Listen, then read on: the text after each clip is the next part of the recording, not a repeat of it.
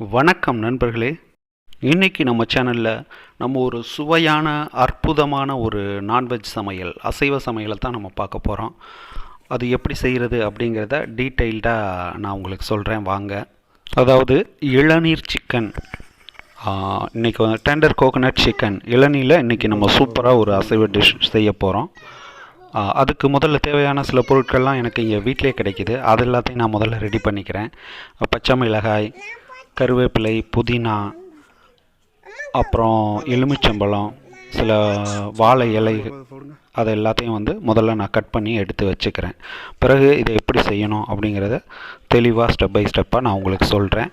நீங்கள் பார்த்து நீங்களும் இதை செஞ்சு பார்த்துட்டு நல்லா இருக்கா இல்லையா அப்படிங்கிறத கமெண்ட்டில் வந்து சொல்லுங்கள். அப்புறம் மறக்காமல் நம்ம சேனலை சப்ஸ்கிரைப் பண்ணுங்கள். உங்கள் நண்பர்கள், உறவினர்கள் எல்லாருக்கும் ஷேர் பண்ணுங்கள். நன்றி நண்பர்களே. வாங்க நம்ம வீடியோக்குள்ளே போகலாம். அந்த சமையல் எப்படி செய்கிறது அப்படிங்கிறத நான் உங்களுக்கு தெளிவாக சொல்கிறேன். ஒரு அரை கிலோ அளவுக்கு சிக்கன் எடுத்து நல்லா நீட்டாக கழுவிட்டு அதில் மஞ்சத்தூள், பிறகு மிளகாய்த்தூள், பெப்பர் பொடி, அப்புறம் சீரகத்தூள், மல்லித்தூள், கொஞ்சமாக கரம் மசாலா, தேவையான அளவு உப்பு, பிறகு கொஞ்சம் தயிர் சேர்த்துக்குங்க அதில். அப்புறம் நம்ம ஏற்கனவே கட் பண்ணி வச்சுருக்க வெங்காயம், பச்சை மிளகாய், ஒரு 2 அல்லது 3 பச்சை மிளகாய், ஏன்னா நம்ம மிளகாய் பொடி அதில் போடுறோம் இல்லையா நிறையா, அதனால். அப்புறம் இஞ்சி பூண்டு பேஸ்ட்டு, அதில் நான் ஒரு 2-3 கருவேப்பிலை சேர்த்து அரைப்பேன், அதனால் அது பச்சை கலரில் வந்திருக்கு பாருங்கள். ஒரு அரை மூடி எலுமிச்சம்பழம் அதில் பிழிஞ்சு விட்டோம்னா டேஸ்ட் இன்னும் நல்லாயிருக்கும். கறி நல்லா சாஃப்டாக வேகும்.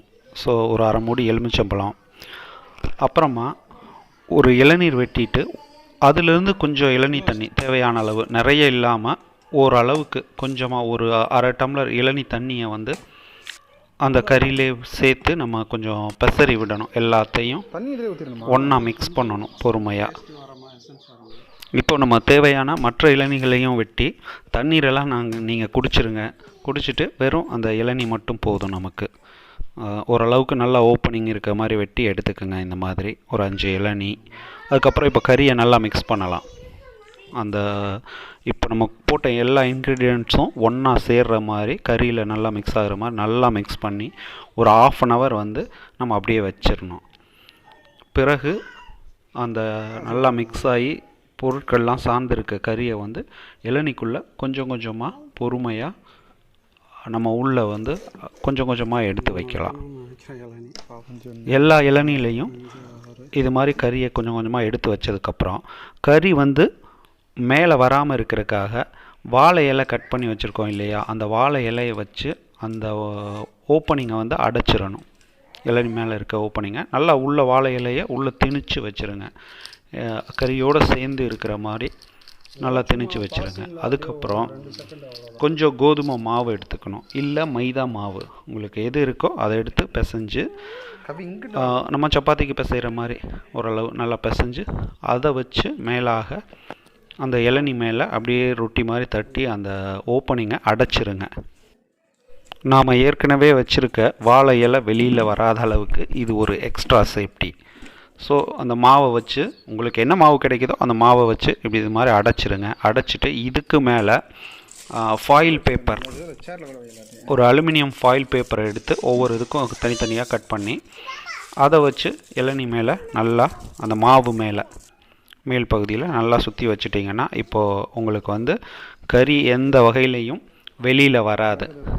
பிறகு நம்ம ஒரு அடுப்பை கூட்டி, நீங்கள் வீட்டில் இருக்க அடுப்புலேயே சுடுறதுனாலும் சுடலாம், தனியாக இந்த மாதிரி ஒரு 4-5 கல் வச்சு அந்த மாதிரி சுடுறதுனாலும் சுடலாம். ஸோ அடுப்பு கூட்டி அந்த இளநியை வந்து வேக வைக்க ஆரம்பிக்க வேண்டியது தான். அது நல்லா வேக விட்டு திருப்பி வைக்கணும். ஒரு குச்சி வச்சுக்கோங்க, கையில் 2 குச்சியை வச்சு இளநி ஒவ்வொரு பக்கமும் வேக திரும்ப எடுத்து எல்லா பக்கமும் ஈவனாக வேக விடுங்க. எல்லா இளநீரையும் நம்ம அடிக்கடி அடுப்பில் இது மாதிரி திருப்பி போடணும். நீங்கள் எவ்வளவு விறகு வச்சு எரிக்கிறீங்க அப்படிங்கிறத பொறுத்து, நல்லா விறகு வச்சு எரிச்சிங்கன்னா ஒரு 1/2 hour கூட நல்லா வெந்துடும். அப்படி இல்லை நம்ம கொஞ்சம் பொறுமையாக பண்ணுறோம் அப்படின்னா ஒரு 1 hour வரைக்கும் கூட வேக விடுங்க. நல்லா வெந்துட்டதா இல்லையாங்கிறத நம்ம வாசத்தை வச்சே கண்டுபிடிக்கலாம். அந்த இளநீர் வந்து தேங்காயோடு சேர்ந்து சிக்கன் வேகிற வாசம் வந்து அருமையாக வரும். அந்த வாசமே வந்து உங்களுக்கு நல்லா வெந்துருச்சுங்கிறத காட்டி கொடுத்துரும். இப்போ நம்ம நல்லா வெந்துருச்சு ஆல்ரெடி. அதை எடுத்துகிட்டு போய் வச்சு ஒவ்வொரு இளநீராக பிரிக்க ஆரம்பிக்கலாம்.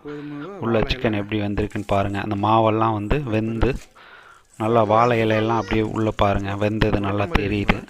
ஸோ பொறுமையாக அந்த கறியெல்லாம் வந்து அடுப்பு கறியெல்லாம் எதுவும் விழுகாமல் பொறுமையாக பிரிச்சுட்டு ஒரு ஸ்பூனை வச்சு நீங்கள் பொறுமையாக உள்ளே இருக்க சிக்கனை நீங்கள் பாத்திரத்துலேயோ இல்லை வாழை இலையிலையோ கொஞ்சம் கொஞ்சமாக எடுக்கலாம்.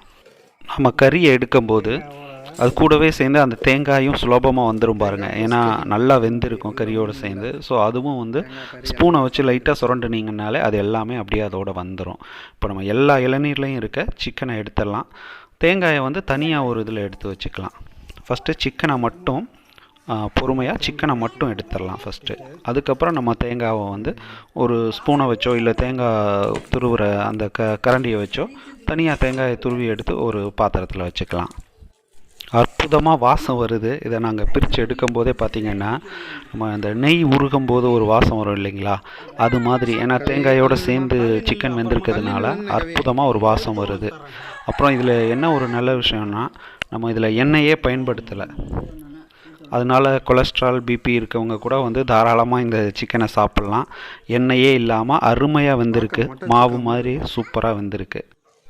பொறுமையாக கொஞ்சம் கொஞ்சமாக நம்ம எல்லா இளநீரில் இருக்க சிக்கனையும் எடுத்துடலாம். அந்த அடுப்பு கறியெல்லாம் எதுவும் இதில் விழுகாமல் கொஞ்சம் பொறுமையாக எடுக்கணும். அது எல்லாத்தையுமே ஃபுல்லாக எல்லாம் எடுத்தாச்சு. அதுக்கப்புறம் அந்த ஒவ்வொரு இளநீரில் இருக்க தேங்காயையும் உள்ளே இருக்க தேங்காயையும் திருகி வெளியில் எடுத்துடலாம். அதுவுமே சாப்பிட்றதுக்கு ரொம்ப டேஸ்ட்டாக இருக்குது. நீங்கள் குழந்தைங்களுக்கு எல்லாருக்குமே கொடுக்கலாம். நல்லா டேஸ்ட்டாக இருக்குது. அந்த சிக்கன் மசாலா எசன்ஸ் எல்லாமே இறங்கி தேங்காய் அற்புதமாக இருக்குது சாப்பிட்றதுக்கு. நீங்களும் உங்களுக்கு டைம் கிடைக்கும்போது வீக்கெண்டில் பொறுமையாக இதை செஞ்சு சாப்பிட்டு பார்த்துட்டு எப்படி டேஸ்ட்டு எப்படி இருக்குது, நல்லா இருக்கா அப்படிங்கிறத எங்களுக்கு கமெண்ட் பண்ணுங்கள் நண்பர்களே. உங்களுக்கு பிடிச்சிருக்கா அப்படிங்கிறதையும் சொல்லுங்கள். நன்றி நண்பர்களே. தகவல் தமிழன் சேனலை சப்ஸ்கிரைப் பண்ணுங்கள், ஷேர் பண்ணுங்கள், லைக் பண்ணுங்கள்.